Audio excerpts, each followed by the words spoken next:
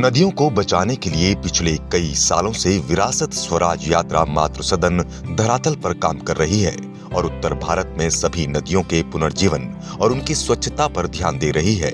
हाल ही में इस संस्था ने गंगा और उनके अलावा और नदियों को साफ और स्वच्छ करने का बीड़ा उठाया, जिसके लिए गंगा धर्म संसद का भी पुनर्गठन किया गया। 24 दिसंबर 2021 को हरिद्वार में गंगा चिंतन मंथन शिविर का आयोजन किया गया और सभी लोगों ने अपने विचार रखे, जिसमें रिटायर्ड फौजियों ने गंगा संकट पर अपनी चिंता व्यक्त करते हुए कहा कि समाज की स्थिति देखकर उन्हें दुख होता है कि किस तरीके से हमारी प्रकृति का सर्वनाश किया जा रहा है।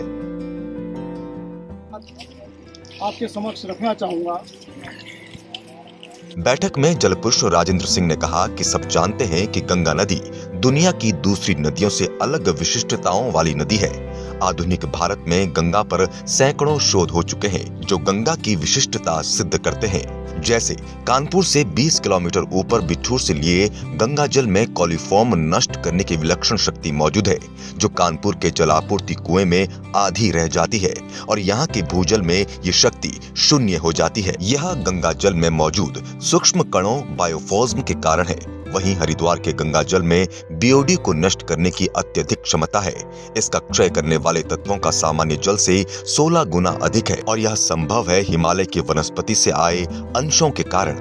भागीरथी के जल में धातुओं के एक विशिष्ट मिश्रण से शक्ति का पता चला है। ऐसा मिश्रण संसार में अभी तक कहीं नहीं पाया गया।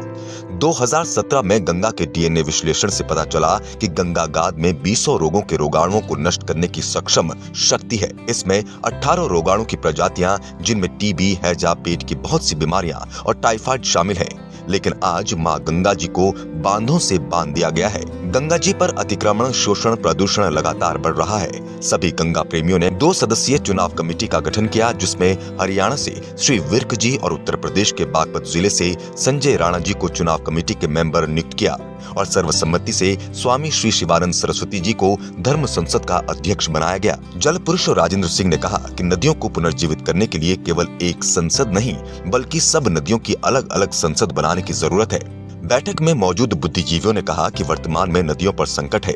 अतिक्रमण, प्रदूषण और खनन से जल से शोषण हो रहा है और दुनिया की नदियां मर रही हैं। भारत की नदियां नाले बन गए हैं और आधे से ज्यादा मर गई हैं या सूखती जा रही हैं। आज के लालची विकास, कमर्शियल वक्ताओं ने सरकार की नगरपालिका और पंचायतों ने नदियों को मैला ढोने वाली मालगाड़ी बना दिया। जल पुरुष ने कहा कि नदियों के शोषण, अतिक्रमण और प्रदूषण से बचाने के लिए भारत की नदियों को एक संसद की जरूरत है।